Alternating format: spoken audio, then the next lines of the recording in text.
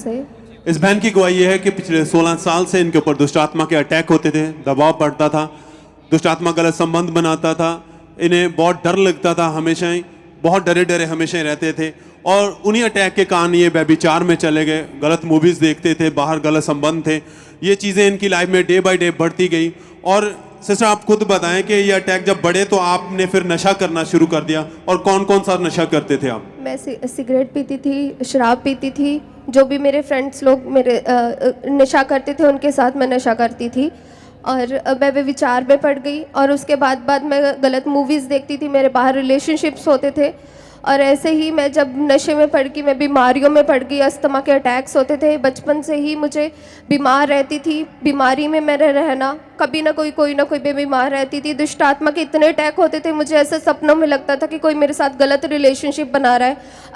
अंधेरा, डार्कनेस ही मुझे रात को दिखाई देती थी। मुझे ऐसा लगता था कि नहीं, कोई मेरे साथ चल रहा है। मुझे ऐसा लगता था कि सिर्फ मैं नहीं चल रही हूँ, कोई झुंड मेरे साथ चल रहा है।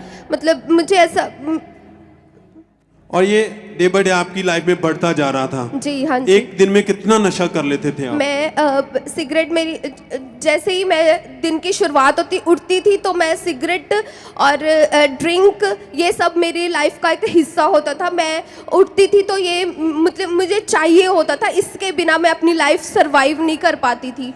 मतलब मुझे ऐसे होता था कि नहीं, ये मेरी लाइफ का एक जिसके बिना कोई, सांस लेने के बिना कोई जी नहीं सकता। मुझे ऐसा था कि मैं इसके बिना मैं जी नहीं पाऊंगी। और इन्हीं अटैक के कारण आप बीमार रहना शुरू हुए, अस्थमा का रोग हो गया जी। और फिर इसी अटैक के कारण आपकी जॉब के ऊपर प्रभाव पड़ा। क्या जॉब करते थे और क्या असर पड़ा आपकी जॉब के ऊपर? मैं दिल्ली एयरपोर्ट में जॉब करती थी, क्योंकि मैं अपनी लाइफ में कुछ करना चाहती थी, क्योंकि बचपन से ही मेरी लाइफ नॉर्मल नहीं थी। और मैंने रिजेक्शन को फेस किया था, जिस कारण मैं मतलब कुछ करना चाहती थी, मेरे अंदर था कि नहीं मैं कुछ करके दिखाऊंगी। इस कारण मैंने चंडीगढ़ में अपना डिप्लोमा किया। उसके बाद मैंने दिल्ली एयरपोर्ट में मेरी जॉब थी, मैं वहाँ पे जॉब करती थी एज अ ग्राउंड स्टाफ। तो अस्थमा के कारण, क्योंकि दिल्ली वहाँ पे मुझे इधर उधर जाना पड़ता था, तो मुझे ऑफिस में भी वहाँ पे मुझे अस्थमा के अटैक्स हो जाते थे, और मैं रेगुलर नहीं रह पाती थी क्योंकि मैं बीमार रहती थी। और इस कारण मतलब मुझे बहुत ज़्यादा मतलब मुझे वार्निंग भी मिलती थी कि आप क्यों नहीं आ पाते रेगुलर। बट उसके बाद जैसे ही मतलब मैं इस सब चीज़ों से निकलना चाहती थी, क्योंकि मेरी लाइफ एक डार्कनेस थी, क्योंकि मैं ऑलरेडी व्यभिचार में थी और मेरे बाद रिलेशनशिप्स थे। बट मुझे ऐसा होता था कि कोई मेरे साथ मतलब रहे, कोई मुझे समझे, बट किसी ने नहीं मुझे समझा, क्योंकि बचपन से नॉर्मल लाइफ नहीं थी। ठीक है, बचपन से ही नॉर्मल लाइफ नहीं थी ना। कोई मेरे खुद के जो रिलेटिव्स थे वो हमारे घर पे नहीं आते थे, कोई पूछता नहीं था हाल चाल। और मेरे डैड जो फॉरेन में रहते थे बचपन से, और गाइडेंस नहीं मिली थी कि लाइफ में क्या करना है, कैसे रहना है, और व्यभिचार क्या होता है, कोई गाइडेंस नहीं थी। जैसे क्योंकि मेरे मॉम डैड इतना उन्होंने, क्योंकि ऑलरेडी हम इन चीज़ों में थे, क्योंकि हमारी लाइफ में किसी ने ब्लैक मैजिक कर दिया था, और मेरी पूरी फैमिली इस चीज़ों में थी। और दुष्ट आत्मा के अटैक्स होते थे हमारी फैमिली में। ऐसा होता था कि कोई फलवंत, कोई फ्रूटफुल चीज़ नहीं होती थी। पूरी लाइफ मतलब आपकी बिल्कुल आपकी डिस्टर्ब हो चुकी थी। पूरी लाइफ डिस्टर्ब थी, बचपन से नॉर्मल लाइफ नहीं थी। सबसे मैं घर से बड़ी थी, और घर से मैं बड़ी थी, और मैं ही इन चीज़ों में थी। और मेरे 2 सिबलिंग्स हैं, मेरी बहन और मेरे भाई छोटे, और वो मुझे देख के ही ऐसा मतलब, क्योंकि मेरे घर में मेरे कारण परेशानियां ही होती थी, क्योंकि मैं ऐसी ही होती थी व्यभिचार में। इस तरह आप बीमार रहने लगे? मैं बीमार रहती थी, हर बीमार इतने ज्यादा थे कि सांस इतनी ज्यादा चढ़ती थी कि आप बिल्कुल चल भी नहीं पाते थे। मैं चल नहीं पाती थी। जब मैं एकदम चलती, मेरी सांस मेरी चेस्ट में ऐसे ब्लॉकेज रहती थी, मुझे पंप यूज करना पड़ता था। और मेरे मम्मा को मेरे साथ पूरी नाइट तक वो मेरे मसाज करते थे, वो मुझे स्टीम्स दिलाते थे, और वो मुझे स्टीम्स दिलाते थे क्योंकि मेरे फादर फॉरेन में थे, और वो उन्होंने मेरा टेक केयर किया। क्योंकि कोई रिलेटिव, जब हम प्रॉब्लम्स में थे तो कोई रिलेटिव, कोई भी हमारा हाल चाल पूछने नहीं आता था। और इस तरह बहुत ज्यादा बीमार रहे, कितने डॉक्टरों के पास गए आप? मैं मैक्सिमम बहुत डॉक्टर के पास गई, बट जो आज मुझे गिनती याद है 7-8 डॉक्टर्स के मैं पास गई हूँ। मेरे फैमिली मेंबर्स ने मुझे अन्य जगह में भी लेके गए, मतलब वो इन चीज़ों पे बिलीव नहीं करते थे, बट मैं उनको कहती थी कि मतलब मुझे बचा लो, नहीं तो मैं मर जाऊंगी, मुझे बचा लो, नहीं तो मैं मर जाऊंगी, मैं जी नहीं पाऊंगी। क्योंकि मुझे ऐसा लगता था कि सिर्फ मैं नहीं हूँ, मेरे साथ आसपास कितनी रूहें मेरे साथ हैं। ऐसे ही मैं दिल्ली मैंने जॉब की दिल्ली में, वहाँ पे मैंने बहुत कुछ फेस किया। चंडीगढ़ में मैंने बहुत कुछ फेस किया। वे विचार में ऑलरेडी थी, मैं अपनी लाइफ को ऐसे बना चुकी थी कि जैसे एक मैंने अपनी लाइफ में फिर मैंने ऐसा अपना लाइफस्टाइल किया, मैंने शॉर्ट्स डालने स्टार्ट किए, जैसा वर्ल्ड में होता है मैंने वैसा ही अपने आप को बना लिया कि इट्स ओके, लाइफ ऐसे ही है, लाइफस्टाइल यही है, कम कूल रहेंगे, हम ऐसे रहेंगे, हम उससे ऐसे मतलब कि जैसे ऐसे मेरी लाइफ थी। और एकदम से आपकी सुध बुध बिल्कुल खत्म हो चुकी थी, क्योंकि मैं इस बचपन से ही मुझे दुष्ट आत्मा के अटैक होते थे, और क्योंकि मैं इन सब चीज़ों से मैं इन सब चीज़ों से बाहर आना चाहती थी, जिस कारण मैंने नशों का सहारा लिया। वे विचार में थी, कोई मैं समझ नहीं पाती थी कि मुझे रास्ता कहाँ है, वेयर इज द वे, कौन सा मार्ग है कि जिसमें मैं जाऊं, जिसमें मैं चल के मैं जी सकूं, मुझे ऐसे अंदर से मुझे पीस मिले, शांति मिले। मैं ब्रोकन हो चुकी थी, पूरी ब्रोकन हो चुकी थी कि कोई मतलब जैसे फिर वर्ल्ड होता है, फिर मैंने वैसे ही अपना पहरावा बना लिया, अपने आप को वैसे ही मैंने अपनी लाइफस्टाइल को ऐसे करती गई। और क्योंकि दिल्ली एयरपोर्ट में मैं जॉब करती थी, वहाँ पे मैं अपने आप को वैसे ही करती गई, और जैसे जैसे मेरा टाइम जाता गया, मैं डिप्रेशन में चली गई, मुझे पैनिक अटैक्स होने लग गए। मतलब कि मेरा कोई हाल चाल भी वहाँ पे पूछता था तो मैं कहती थी कि मेरा हाल मत पूछो, क्योंकि जब वो मेरा हाल चाल पूछते थे ऑटोमेटिक मेरे आंखों से आंसू निकल जाते थे कि मैं इतनी बचपन से ब्रोक हूँ कि कोई आके ऐसे भी नहीं बोल पाता कि हाँ हम आपको समझते हैं, I can understand you. Nobody, कोई भी नहीं था, रिलेटिव्स तक वो ऐसे उन्होंने, क्योंकि मैं अन्य जगह पे भी गई थी दुष्ट आत्मा के कारण, मेरे घर वालों ने मुझे अन्य जगह पे भी लेके गए, बट वहां पे भी मुझे रिजेक्शन मिली, क्योंकि जब मेरे ऊपर ऐसे खेल आती थी तो वो बोलते थे कि नहीं ये जस्ट हवा है। उन्होंने भी मुझे रिजेक्ट किया, उन्होंने भी इस चीज को ये चीजें बढ़ रही थी, और घंटों आप अकेले बैठे रहते थे, बालों को नोचना। यस, मैं बालों को नोचती थी। इतने ज्यादा डिप्रेस हो चुके थे, आपने सुसाइड करने की कोशिश की 4 बार। क्योंकि मैं इस चीजों से ब्रदर निकलना चाहती थी, मुझे ऐसा लगता था कि कोई मुझे इस चीज से निकाले।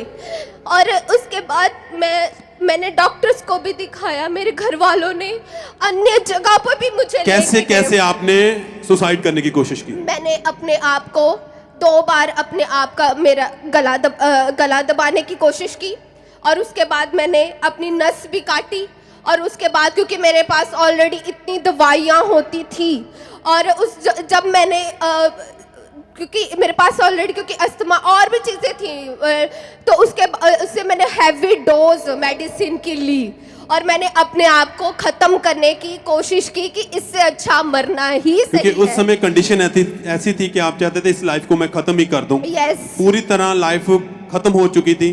फिर चर्च के बारे में आपको कैसे पता चला? मुझे यूट्यूब के द्वारा मुझे चर्च से पता लगा। मैंने अपोस्टल जी की प्रीचिंग को सुना, और यहाँ पे 1 आवर प्रेयर होती थी, वहाँ पे वो बता रहे थे, परमेश्वर के वचनों को बता रहे थे, और वहाँ पे मुझे वचन मिला। उसके बाद मुझे जब अपोस्टल जी के वचनों को अपोस्टल जी के से द्वारा मैंने रिसीव किया। उसके बाद और डे बाय डे आप चर्च के साथ जुड़ गए, लगातार चर्च आते रहे। लगातार 17 दिसंबर 2017 को ये बहन चर्च में थे, और उस दिन परमेश्वर के दास ने प्रार्थना की। आइए हम उस प्रार्थना को अपनी स्क्रीन पर सुनते हैं।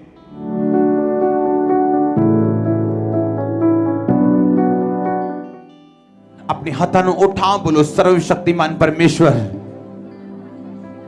हर एक शैतान दी साजिश मेरी सेहत के खिलाफ, मेरी लाइफ के खिलाफ, मेरे बच्चों के खिलाफ, हर एक जादू टूने दी आत्मा ਜਿਹੜੀ ਮੇਰੀ ਪ੍ਰੋਗਰੈਸ ਦੇ ਖਿਲਾਫ ਖੜੀ ਹੈ, ਮੈਨੂੰ ਚਮਕਣ ਤੋਂ ਰੋਕਦੀ ਹੈ। ਬੋਲੋ ਅੱਗ ਦੇ ਪਰਮੇਸ਼ਵਰ, तेरी आग इस जगह दे उत्ते मेरे उत्ते उतरे और वो आत्मा नाशोन। बोलो फायर, बोलो आग उतरे।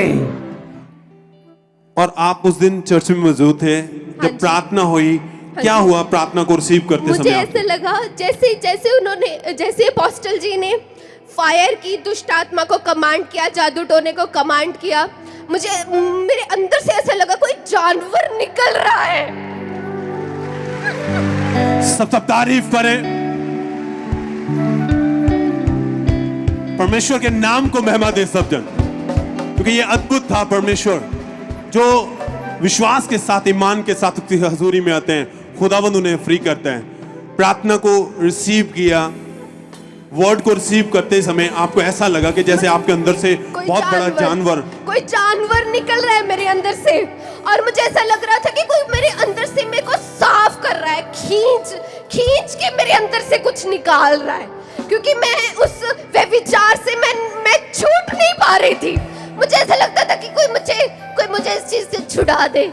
पर जैसे ही मैं यहाँ पे अंकुर मिनिस्ट्रीज के द्वारा मैंने परमेश्वर को जाना, यीशु मसीह को जाना, मुझे अनंत जीवन मिला।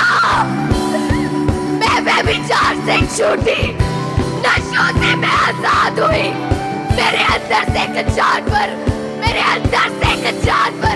निकला जो मुझे व्यभिचार करवाता था, जो मुझे नशे करवाता था। परमेश्वर, और उसी दिन वोमिटिंग आई, बॉडी एकदम से हल्की हो गई आपकी। बॉडी हल्की हो गई, मुझे ऐसे लगा कि परमेश्वर के ब्लड से मैं कवर हो गई हूँ, परमेश्वर के होली फायर से मैं कवर हो गई हूँ। और मुझे मेरी लाइफ को ऐसे मैं चलती गई और ऐसे और जब मैं दिल्ली भी होती थी फिर भी मैं YouTube के द्वारा मैंने सुनना, और जब यहाँ पे भी आती थी, अपने होम टाउन में भी आती थी, तब भी मैंने यहाँ पे आना। मैंने उसके बाद मैं सच बता रही हूँ, यीशु सब तारीफ करें, खड़े हो जाए अपने अपनी जगह पर परमेश्वर की महिमा के लिए। हाथों को उठाए, फोटो को खोले, जय जयकार करते हुए परमेश्वर के नाम को महिमा दे सकते हैं। Thank you Jesus, thank you Jesus, क्योंकि वो अद्भुत है। आपकी जिंदगी कैसी भी क्यों ना हो, उसने वायदा किया है, मैं अपने ब्लड से धोके तुझे साफ करूंगा, बर्फ के माने सफेद। इनके जीवन बिल्कुल खराब हो चुका था, पाप में था, पूरी तरह टूट चुके थे, पर जब खुदा की हजूरी में प्रार्थना को ग्रहण किया, परमेश्वर ने छुआ, जिंदगी को बदल के रख दिया खुदा ने। और आपने उस दिन के बाद परमेश्वर को अपना जीवन दे दिया। यस, मैंने अपना परमेश्वर को जीवन दे दिया, मैंने बैप्टिज्म ले लिया, और मुझे पता चला कि परमेश्वर क्या है, यीशु मसीह क्या है।